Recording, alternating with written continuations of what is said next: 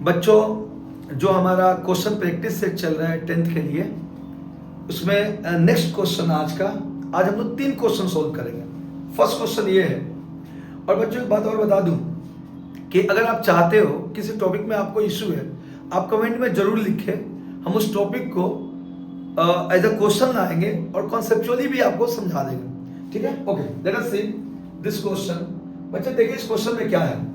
विच process, आजकल new education policy के according ना डायरेक्ट क्वेश्चन नहीं पूछ रहा है, तो ऐसे ही होगा। Which process will likely to be disturb if the part label as P is remove from the flowers. ये कोई फ्लावर्स है बच्चे। ये चैप्टर का नाम पहले मैं बता दो, रिप्रोडक्शन, क्लास 10th में। और देखिए ये क्वेश्चन पूछ रहा है कि ये जो फ्लावर्स थे इसमें जो पी लेबल्ड है, पी पहला क्वेश्चन है, name the reproductive part of an angiosperm. बाद में पूछा है, पहले तो ये पूछा है कि इस पी को रिमूव कर दिया जाए तो क्या होगा। कॉन्सेप्ट को समझिए, फिर क्वेश्चन के आंसर पे आते हैं। देखिए भाई, रिप्रोडक्शन का मतलब क्या होता है? अपनी तरह बेबी पैदा करना, the process by which N organism produce their own kind of offspring. This is called reproduction. Okay? So, अब ये प्लांट में ये जो ऑर्गन है ना, ये इसको हटा देंगे तो क्या होगा? कॉन्सेप्ट समझिए। प्लांट में भी मेल और फीमेल होते हैं, जैसे इंसान में होते हैं ना भाई मेल और फीमेल, तो वैसे ही प्लांट में भी मेल ऑर्गन होता है और फीमेल ऑर्गन होती है। अब मेरी बात सुनो, प्लांट की जो फीमेल ऑर्गन होती है बेटा लोग, वो फीमेल ऑर्गन आमतौर पर क्या होती है? इसको कार्पेल कहते हैं। पूरे फीमेल ऑर्गन को क्या कहते हैं बेटा? कार्पेल या पिस्टिल, कार्पेल। और इसके प्लांट्स में जो फीमेल ऑर्गन होती है ना, इसके 3 पार्ट्स होते हैं। ऊपर वाले को कहते हैं स्टिग्मा, क्लास 10 के लेवल से ही बता रहा हूं, ठीक है। उसको कहते हैं स्टाइल, जो ट्यूब लाइक फिलामेंटस स्ट्रक्चर है, इसको कहते हैं स्टाइल। और ये जो स्ट्रक्चर है इसको कहते हैं ओवरी। बच्चे, इस ओवरी के अंदर में ना एक इंटीग्रेटेड स्ट्रक्चर होता है जिसको हम कहते हैं ओव्यूल। ओवरी के अंदर इसको कहते हैं ओव्यूल। इसके अंदर एम्ब्रियो सेक होता है। अब हायर क्लास में पढ़ेंगे, 10th क्लास में तो पढ़ना नहीं है। एम्ब्रियो सेक होता है। एम्ब्रियो सेक मतलब सेल होते हैं, 7 सेल 8 न्यूक्लियस होते हैं, इसी को एम्ब्रियो सेक कहते हैं। इसी में एक एग होता है जिससे बेबी पैदा होना है, यानी मेल का अगर गेमेट आ जाए तो इस एग से मिलेगा और बेबी पैदा होगा। ठीक है बेटा, इसको बेबी पैदा होगा। तो अब एक बात बताओ, ये ओवरी है जिसके अंदर बेबी पैदा होता है। एग्जांपल दो ना भाई, आम में जो आप फल पीले कलर का खाता हो ना, आम फल में, वो ये ओवरी है। और जो गुठली है ना, गुठली, वो ओव्यूल है। और गुठली के अंदर देखना बीज होता है, वो बेबी है। सिंपल सी बात है। आम का जो फल है, जो मैंगो है ना, फ्रूट, उसका जो पल्प पीला वाला पार्ट जो आप खाते हो, दैट इज ओवरी। और अंदर जो हार्ड पार्ट, स्टोनी पार्ट है ना, गुठली, गुठली हिंदी में कहते हैं, वो होता है ओव्यूल।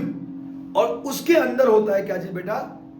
सीड होता है, जो कि बेबी है प्लांट्स का। यानी ओवरी फल होता है आमतौर पे।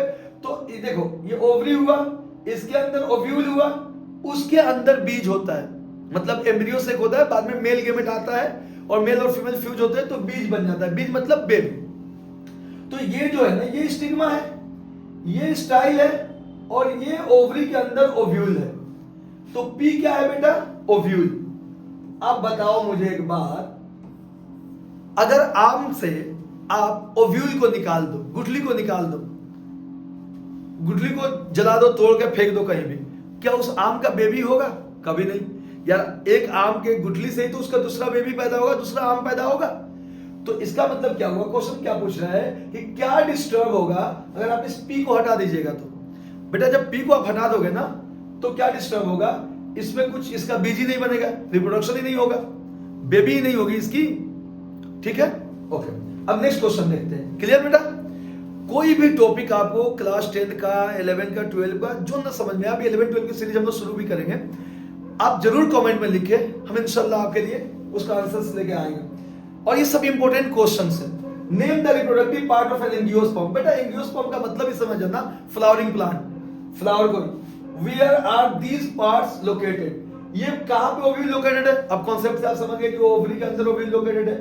Explain the structure of its female reproductive part with the help of label diagram. देखो, स्ट्रक्चर ऑफ फीमेल पार्ट है स्टिग्मा, स्टाइल और ओवरी। क्लियर बेटा? तो ये क्वेश्चन हो गया। Let's see next question. अब केमिस्ट्री का एक क्वेश्चन देखते हैं, दिस वन। चलिए इस क्वेश्चन को देखते हैं। ये केमिस्ट्री का क्वेश्चन है, ये भी बहुत इंपॉर्टेंट क्वेश्चन है और आता रहा है आमतौर पे बोर्ड पे। Akshay slipped on a wait floor and got his left hand fractured. His mother immediately took him to the doctor and the doctor told them that his fractured bone needs to be set with the help of white powder. कोई बच्चा है, सीढ़ियों से फिसल गया, उसका हाथ टूट गया। डॉक्टर ने कहा कि भाई इसको ठीक किया जा सकता है व्हाइट पाउडर से। क्वेश्चन पूछ रहा है, name the white powder use in his treatment and also write his chemical formula. Concept समझिए बेटा। Some important chemical compounds second chapter में साइंस की आप देखिएगा कि 4 कंपाउंड दिया है, plaster of Paris, washing soda, उसके बाद बेकिंग सोडा और ब्लीचिंग पाउडर। इन चारों में से ये प्लास्टर ऑफ पेरिस है। देखो जो व्हाइट पाउडर है ना बेटा, व्हाइट पाउडर क्या है? प्लास्टर ऑफ पेरिस है। Plaster of Paris, calcium sulphate hemihydrate, ये प्लास्टर ऑफ पेरिस है। White powder, white powder plaster of Paris है। बेटा ये जो प्लास्टर ऑफ पेरिस है ना, इसमें अगर आप वाटर ऐड कर दोगे, यानी कैल्शियम सल्फेट में अगर आप ये प्लास्टर ऑफ पेरिस है हेमीहाइड्रेट में, अगर आप वाटर ऐड कर दोगे बेटा तो ये बना लेगा जिप्सम। हीट भी लगती है 273 डिग्री केल्विन में, ये बनाती है बेटा gypsum, calcium sulphate 2 molecule of water, half and half, 1.5 and half, 2 molecule of water. ये फॉर्मूला है बेटा प्लास्टर, ये प्लास्टर ऑफ पेरिस का फॉर्मूला, ये फॉर्मूला है जिप्सम का। किसका बेटा? जिप्सम का। और जिप्सम हार्ड होता है। इसका मतलब अगर आप plaster of Paris white powder है, एकदम एनसीईआरटी की लाइन से क्वेश्चन है ये।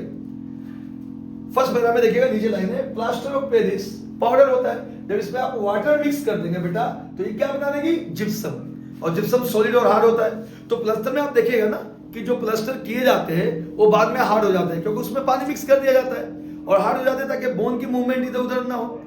इवन अब प्लास्टर ऑफ पेरिस की यूज में भी आप पढ़ेंगे कि it is use in medical science to set the bone. तो पहले डायरेक्ट क्वेश्चन आते थे कि what are the use of plaster of Paris, तो आप लिख सकते थे it is use in medical science to set the bone. हाँ, डेकोरेटिंग टॉयज बनाने में यूज होते हैं, प्लस वो घर में बनाने में यूज होते हैं, होल को फिल करने में यूज होते हैं। लेकिन अब इनडायरेक्ट क्वेश्चन पूछ रहा है तो आपको ये रिएक्शन याद होनी चाहिए और ये पूरा सिस्टम याद होना चाहिए। ठीक है बेटा? Got it? गुड।